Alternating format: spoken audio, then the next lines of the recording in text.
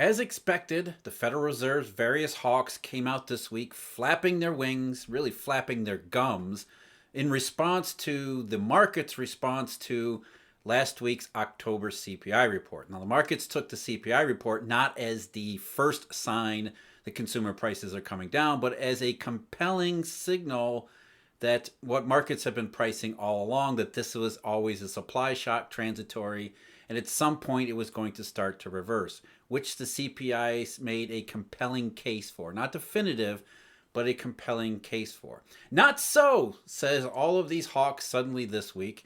Again, as we expected, it began right away, it's Monday morning in Australia with Christopher Waller. Major hawkish comments. Rates are going to go up, they're going to go way up and stay up for a long time. Lael Brainerd, kind of somewhat hawkish. Loretta Mester from Cleveland said that rates were just beginning to move into restrictive territory, implying that rates are going to go higher still and need to go higher still. And then yesterday, the hawk of all hawks, Mr. James Bullard, who said that while the policy rate has increased substantially this year, it has not yet reached a level that can be justified as sufficiently restrictive. To attain a sufficiently restrictive level, the policy rate will need to be increased further. What is restrictive here? Now, Bullard dusted off something called the Taylor rule, which we'll get into a little bit later, in order to suggest that at minimum, he said, the Fed funds rate needs to get up to 5, maybe 5.25%. It needs, by the Taylor rule count, to get really up into maybe 5, 6, 7% in order to get inflation, what they think is inflation, back under control. So how did markets react to this week of hawks? All these comments from the Federal Reserve, all of them suggesting that at the very least, inflation or federal funds rates have to go much higher. The 10-year Treasury yield is basically unchanged with where it was last week post-CPI. So as far as the long end of the Treasury yield curve and other curves as well, like Germany in particular, which we won't get into today, I've covered that before, but the 10-year Treasury, long end of the yield curve, not buying the hawkishness. You go further up the yield curve to the 2-year Treasury. The 2-year was down about 30-some basis points in the wake of the CPI. Over this week, it's gotten back about 12, which is sort of not really compelling there. Most of the effect was at the very front, as you would expect. The 12-month bill is almost back to where it was previous Wednesday, CPI, whereas the 6-month bill is at it and maybe a little bit above, depending on how trading works out today. So really, the Fed's influence has only been at the really very front end of the curve.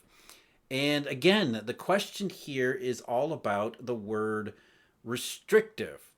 And these massive inversions is what really was most remarkable about this week's trading. Despite all these hawkish comments, all that really happened was it added more to these curve inversions. And there's another curve that is trying to force its way into this same conversation in the same way, which we'll get to toward the end of this video. It's an important curve that we all should be paying attention to, and it is so very close to flipping into what would be another really key warning sign against this Fed hawk position. But before we get into all that, of course, I'm Jeff. This is Eurodollar University. Our website is eurodollar.university. There you can find membership opportunities, including research subscriptions. This week we're running a special Black Friday or pre-Black Friday celebratory discount of our research products that are available at Markets Insider Pro, which include Tracy Schuchart's Energy and Material Weekly, along with Stephen Van Meter's Market Insider or Market Timer, Momentum Timer Pro. Sorry, Steve, I'm getting it wrong. Steve Van Meter's Momentum Timer Pro. And if you buy the Markets Insider Pro if you buy a subscription to Markets Insider Pro over at that website, you also get a special discount code for our daily deep dive analysis, which is available at Eurodollar University's website. All the information you need, eurodollar.university. So the issue here is the word restrictive. It's not even really about monetary policy as it is how we classify monetary policy. And that was what James Bullard's point was. What he was trying to say is we need some way to measure what this interest rate policy strategy is doing. Where is it relative to what we need it to be? And so he dusted off the Taylor rule, which is something that John Taylor invented about almost 30 years ago, 1993, Stanford economist. And what he essentially said was that we need to evaluate the federal funds rate, presuming the federal funds rate is the most important variable here, because all of the stuff is subjective. But essentially, we're going to evaluate the federal funds rate based upon where the calculated rate of actual inflation is compared to the target, and make a minor adjustment comparing economic output to potential, the output gap. And we're going to throw this into a really haphazard formula that Taylor came up with, and that will suggest not only where is monetary policy, where does it need to be? Does the federal funds rate need to go higher or lower? And it sounds, again, like everything else in Federal Reserve, banking, central banking, modern monetary economics, which is not so much about money as it is about psychology. How can we classify this monetary policy rate rather than actually evaluate the monetary system at all? Why are we looking at inflation and GDP and output gaps when we should be just looking at the monetary system? Well, to ask the question is to answer it. As I mentioned in previous videos, the Fed actually doesn't really do money. And if you don't do money, how can you evaluate monetary policy? But it's more than just evaluating monetary policy. What does monetary policy actually represent? We're told that a rising rate represents restrictive policy. And who tells us that?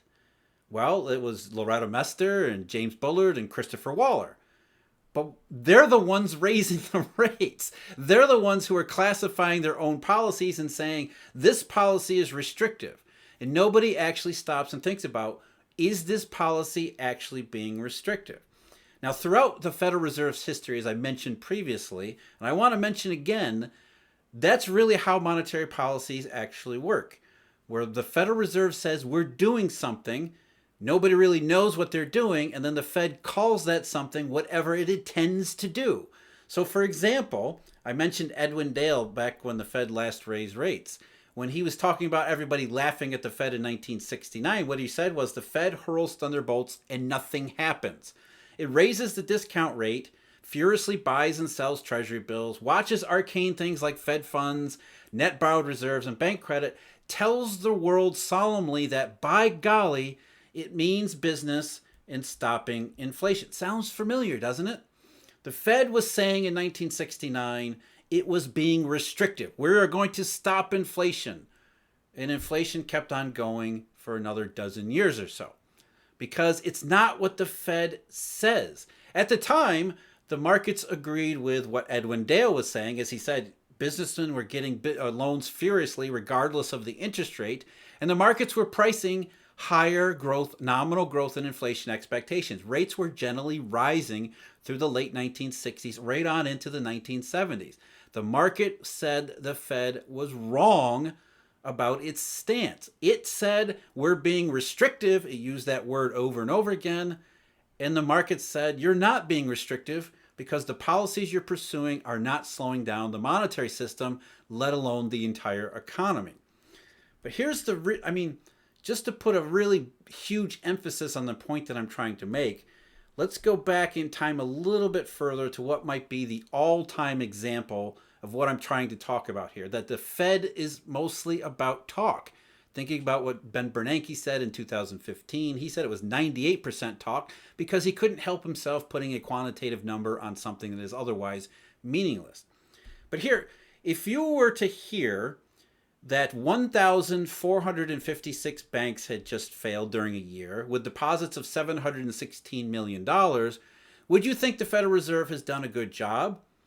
Well, in the 1932 annual report for the Federal Reserve Board, that's the case that they tried to make. What they said was during the year 1932, 1,456 banks with deposits of $716 million suspended operations. Not a good thing. Compared to, though, 2,294 banks having deposits of 1.7 billion in 1931. And that was 1.7 billion, 700, that's a lot of money in 1931 and 1932. So what they were saying was, we must have done a good job because only about 1,500 banks had failed this year, and only about 700 million in deposits were probably lost. Not all of them were lost, but a good chunk of them were. But here's what in the annual report evaluating monetary policy for the year 1932, which was the absolute worst of the entire Great Depression. So maybe the worst year in American economic, monetary, financial history. Here's what the Federal Reserve said about its monetary policies. During 1932, the Federal Reserve System continued to pursue the policy of monetary ease which it had followed since the beginning of the Depression. Let me say that again.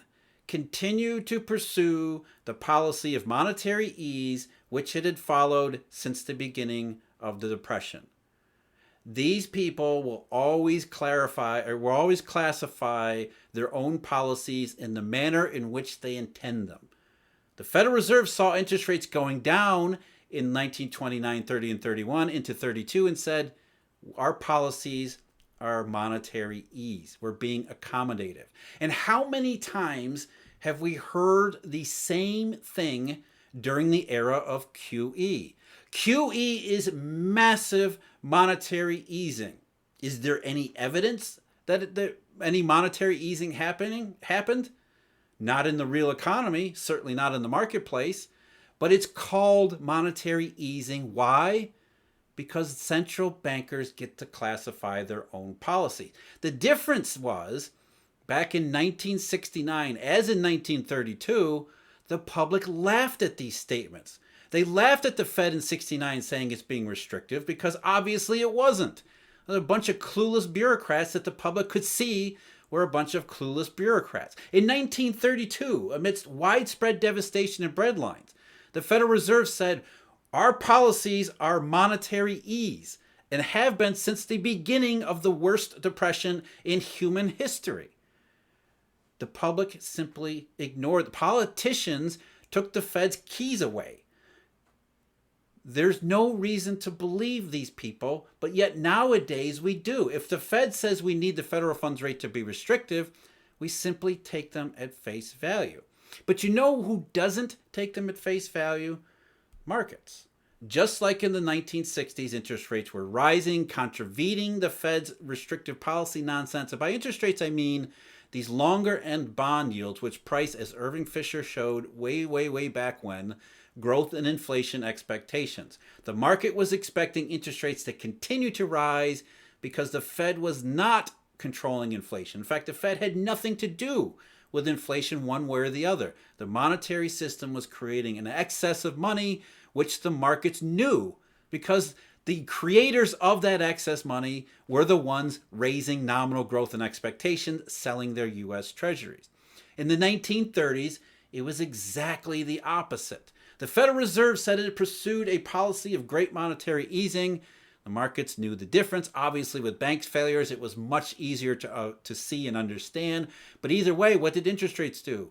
They fell. Bond yields fell during the 1930s. They went lower growth and inflation expectations from those who are actually in the monetary system. And the reason interest rates went lower because in a deflationary environment, safety and liquidity are prioritized.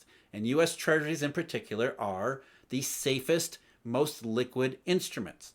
So interest rates on Treasuries as well as other liquid instruments declined throughout the 1930s, despite the Fed claiming all throughout we pursued a policy of monetary easing, which sounds familiar. The age of QE, we pursued a policy of monetary easing. And what did the markets demand? Only more safe liquid assets. Which brings us, of course, to 2022. Bullard, Mester, all the Federal Reserve speakers say the Fed is being restrictive or going to start being restrictive. In fact, Bullard said we aren't even there yet. Yet, but he also had to acknowledge, thus far, he said, the change in monetary policy stance appears to have had only limited effects on observed inflation, but market pricing suggests disinflation is expected in 2023. That's putting it mildly, don't you think, given the level of inversions? So how can he reconcile what he's actually stating? He's saying that monetary policy isn't even got restrictive yet markets are pricing as if something is actually restricting the economy. Interest rates are planning on going lower regardless of whether or not the Fed thinks they are. Because the Fed controlling only the short end is why only the short end moved this week. The market is projecting lower interest rates like the 1930s, not like the 1970s. So the Fed is trying to control what it sees as inflation that the market says is not only under control, we're swung entirely into the other direction.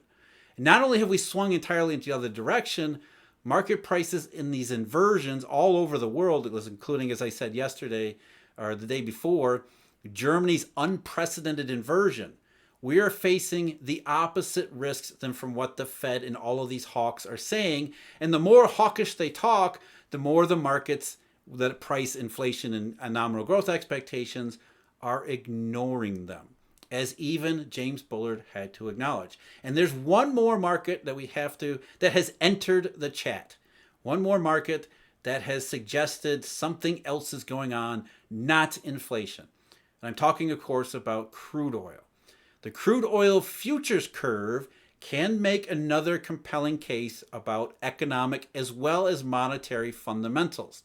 Now today is the 18th of November, it's a Friday, and during the morning we've seen, in fact, as I'm talking right now, the front 2 months, which is the December 22 contract and the January 2023 contract, it's now 6 cents into contango, which we shouldn't even be talking about contango.